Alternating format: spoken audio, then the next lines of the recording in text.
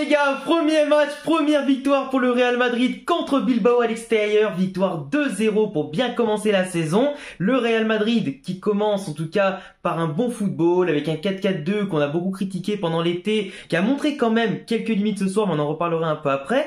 Mais le Real qui a contrôlé son sujet, qui a dominé Bilbao, qui est quand même de base une bonne équipe, pas facile en tout cas à battre sur son terrain. Donc le Real Madrid qui a quand même eu de bonnes choses offensivement, de très bonnes choses défensivement surtout. À noter par contre malheureusement la blessure de Militao, j'allais dire la grave blessure mais on sait pas encore, mais la blessure de Militao qui, on espère, on touche du bois les gars, parce que déjà qu'on n'a pas du Courtois, si en plus on commence à perdre nos joueurs petit à petit, sachant qu'il reste plus que 18 jours à peu près pour terminer le mercato, s'il faut commencer à mettre des sous pour remplacer certains joueurs qui vont être blessés longtemps, c'est problématique. Aujourd'hui on sait que la priorité du Real sur le mercato c'est un numéro 9, on sait que Kepa va arriver en prêt pour remplacer Courtois pendant un moment, donc globalement autant sur le gardien on va pas dépenser beaucoup d'argent, mais sur Mbappé ou un 9 avant la fin du mercato, parce que oui il faut un 9 et ça fait partie en tout cas des choses criantes qu'on a pu remarquer aujourd'hui dans le match, mais du coup mettre de l'argent sur un 9, si tu dois mettre de l'argent sur un def central et en garder pour l'année prochaine pour un arrière droit, etc.,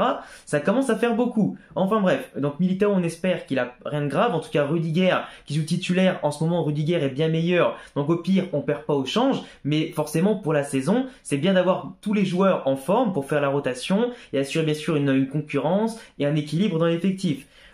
Pour parler globalement du match, déjà bravo aussi à Bellingham, MVP, premier match de Liga, premier but et en plus de ça homme du match. Ce mec qui est exceptionnel les gars, exceptionnel, physiquement, techniquement, dans les mouvements, tactiquement, il est partout le gars. Il tacle, il récupère, il distribue, il est là, en plus il vient pour marquer. Joli but, mais en plus même s'il rate un peu sa reprise, elle finit magnifique en lob, en tout cas au petit filet opposé, quasiment dans la lucarne. Donc franchement, qu'est-ce que tu veux dire de plus? Il est extrêmement complet. C'est pour ça que le Real a misé plus de 100 millions sur lui, seulement 20 ans et déjà mais une star interplanétaire le gars, un niveau d'un gars qui a déjà 27-28 ans en termes de maturité footballistique, il est partout et il est vraiment au-dessus du lot.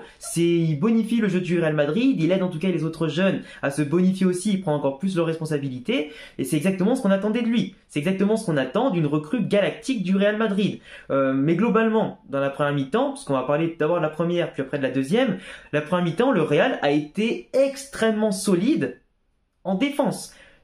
Tous les reproches que j'ai fait notamment sur le 4-4-2 qui quadrillait mal le terrain, on était bouffé en 2 contre 1 en permanence où l'adversaire avait des marges de manœuvre, avait son bloc qui était hyper haut. Là, le 4-4-2 a tellement bouffé Bilbao offensivement et dans le contrôle du jeu et du milieu de terrain que le bloc de Bilbao était souvent très très bas. Ils étaient, et ça c'est ce que je vous ai dit dans l'avant-match, ils étaient obligés d'envoyer les longs ballons sur les frères Williams et aussi bien sûr sur Sancé et sur Mounienne pour espérer remonter leur bloc. Sauf qu'on était tellement bien positionnés aujourd'hui qu'on a coupé tous les longs ballons, toutes les lignes de passe et au pressing, on était directement sur eux dans leurs 20-30 derniers mètres. On les a étouffés, ils ne pouvaient rien faire. Preuve que sur tout le match, ils n'ont cadré que 1 ou 2 frappes les gars. Ils ont tiré moins de 10 fois quand nous on a tiré plus de 15 fois et on a quasiment cadré la moitié. Donc ça prouve bien que si Bilbao n'a pas cadré plus de 2 frappes, c'est que défensivement on les a gênés, on leur a laissé aucune ouverture parce que Bilbao ils ont vraiment eu aucune occasion franche. À part sur la deuxième mi-temps, la fin de deuxième mi-temps,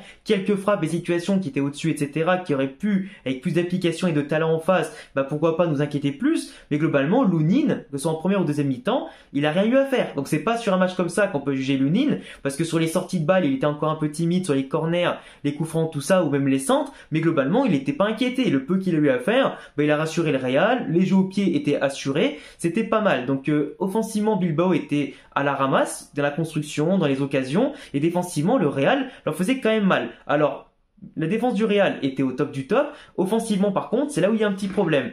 Là, le 4-4-2, par rapport aux remarques qu'on avait déjà fait notamment dans la pré-saison, on voit que Vinicius et Rodrigo vont à gauche et à droite. Mais du coup, dans l'axe, il n'y a plus personne. Moi, ma théorie, et je l'avais déjà expliqué avant, mais je vous la redis ici, c'est que Vinicius, pour Ancelotti, doit rester à gauche et repiquer dans l'axe pour faire ses appels croisés en profondeur, tout ça, ou alors déborder pour ensuite repiquer, faire sa différence par son dribble ou sa frappe, tu vois.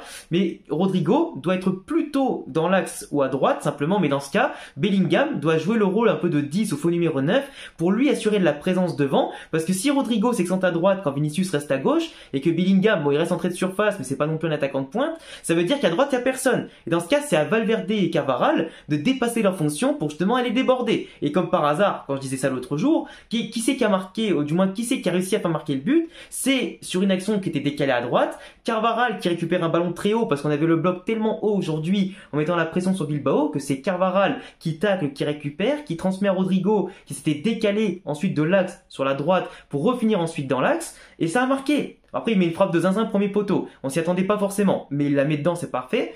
Mais globalement, aujourd'hui, tu attends trop que Vinicius et Rodrigo partent chacun de leur côté, à gauche et à droite, fassent la différence et fassent aussi la différence dans l'axe. Ils peuvent pas faire 3-4 postes en même temps.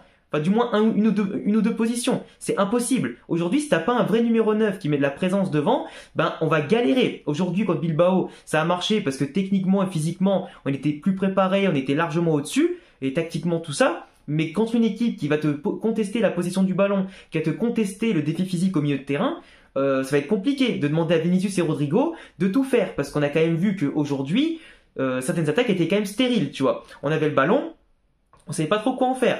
Après, t'as Vinicius qui a quand même perdu beaucoup de ballons.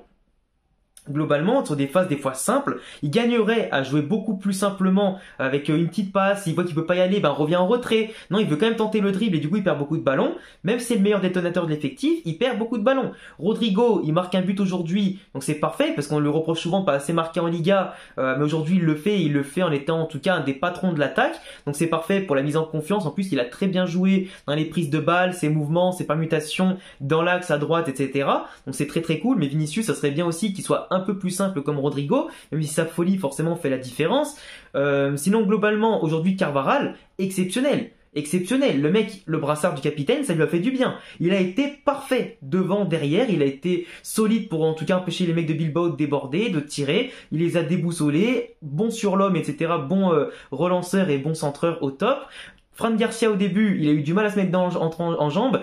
T'as l'impression que forcément t'avais un peu de pression de sa part parce que tu commences le premier match de Liga de ta vie avec le Real Madrid, ton club formateur, le club de tes rêves. Forcément en amical, il a très bien joué et en Liga aussi, hein. Mais le temps qu'il se mette en jambes, il y a eu un petit peu de temps. Après, il a eu des balles pas faciles à négocier, il a fait ce qu'il pouvait, mais il y a eu des contrôles et des fois, les jambes qui tremblaient un petit peu. Mais globalement, il s'en est quand même très bien sorti, et globalement, j'ai pas grand chose à lui dire, à part de se lâcher un peu plus pour les prochains matchs. La défense centrale, bon, Alaba, Rudiger, c'était top. Militao, à un moment donné, bon, il aurait pu avoir penalty à cause de lui, mais comme il a taclé avant la balle, et après, il s'était arrêté, et c'est le joueur de Bilbao qui s'est empalé sur lui, ben après, il n'y a pas penalty, même si le geste aurait mérité un peu plus de contrôle quand même.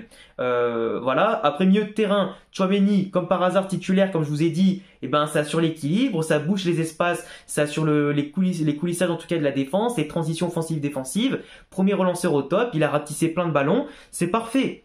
Valverde, il a joué son rôle de piston, qui va déborder, qui apporte le ballon. J'attendais un meilleur match quand même de sa part. Il a bien joué, mais j'attendais plus de dépassement de fonction justement. Mais ça viendra petit à petit. En tout cas, il a fait un match solide physiquement. Il a apporté l'intensité qu'il fallait.